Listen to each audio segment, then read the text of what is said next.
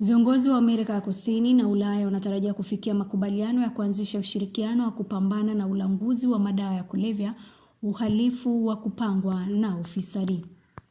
Mkutano huo ulifanyika kwenye mji wa pwani ya Colombia, Santa Maria, kati ya Umoja wa Ulaya na Jumuiya ya Mataifa ya Amerika Kusini na Karibu, ulidhamiria kuanzisha utaratibu wa pamoja kati ya mamlaka za polisi, mahakama na forodha za pande hizo.